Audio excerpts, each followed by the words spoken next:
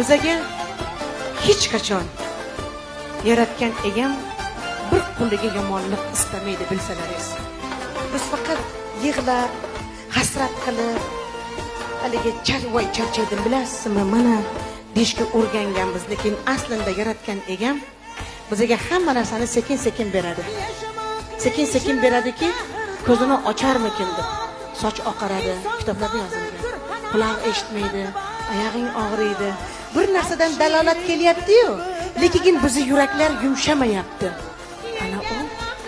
Ana u haqiqatda yig'lasa bo'ladigan joylari.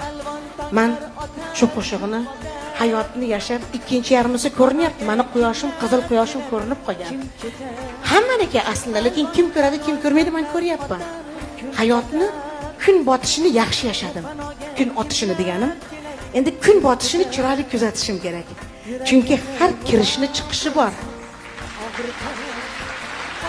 Har boshlanishni bir oxiri bor. Biz xohlaymizmi, xohlamaymizmi?